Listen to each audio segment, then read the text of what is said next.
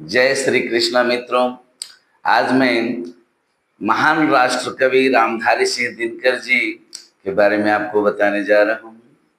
इनका जन्म 23 सितंबर 1804 को बेगूसराय जिला के सिमरिया नामक गांव में हुआ था। तब बेगूसराय जिला का गठन नहीं हुआ था, यह मुंगेर मंडल का भाग हुआ करता था। इनके पिताजी का नाम श्री रवि सिंह जी और इनकी माताजी का नाम मनरूप देवी था।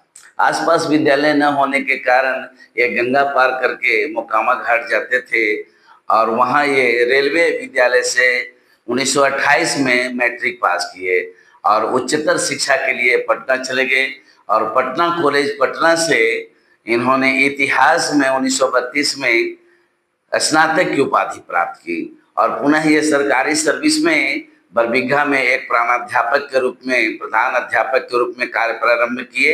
बाद में ये अन्य विभागों में नौकरी करते हुए ये सब रजिस्ट्रार बने और डायरेक्टर बने। पुनः ये पटना विश्वविद्यालय के हिंदी के प्रोफेसर बने और भागलपुर विश्वविद्यालय के उप कुलपति बने। 1952 में जब हमारा देश आज़ाद हुआ और इन्हें राज्यसभा की सदस्यता दी गई, क्योंकि तब तक ये प्रख्यात कवि बन चुके थे और 1964 तक ये राज्यसभा के सदस्य रहे। इस बीच इनका जीवन भिन्न भिन्न समुदायों से गुजरा, भिन्न भिन्न परिस्थितियों से गुजरा और चूंकि ये प्रारंभिक स्थिति में बड़े सामान्य घर से बिलोंग करते थे, इसलिए तमाम परिस्थितियों को झेलते हुए इन्हें आगे बढ़ना पड़ा, जो इनके रचनाओं से, इनकी कविताओं के माध्यम से आपको समझ में आ जाएगा कि ये कितनी परिस्थितियों का इन्होंने सामना किया, तब जाकर ये राष्ट्र कवि के रूप में स्थापित हुए।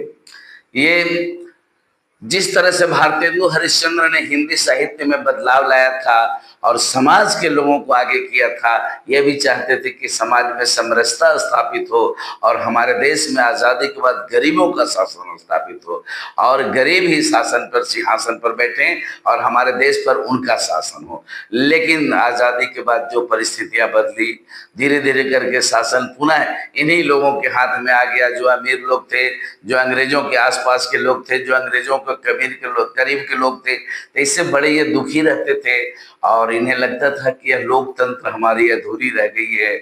जिसके लिए हम लोगों ने लड़ा, जिसके लिए हम लोगों ने इतना त्याग किया, शायद वो पूर्ण रूपेण हम लोगों को प्राप्त नहीं हुआ है। जो इनके पंक्तियों के माध्यम से आपको, जैसे इन्होंने कहा है, श्वानों को मिलता दूध, यहाँ भूखे बच्चे चिल्लाते हैं, माँ की छाती से चिपक ठिठुर जाड़े की रात बिताते हैं।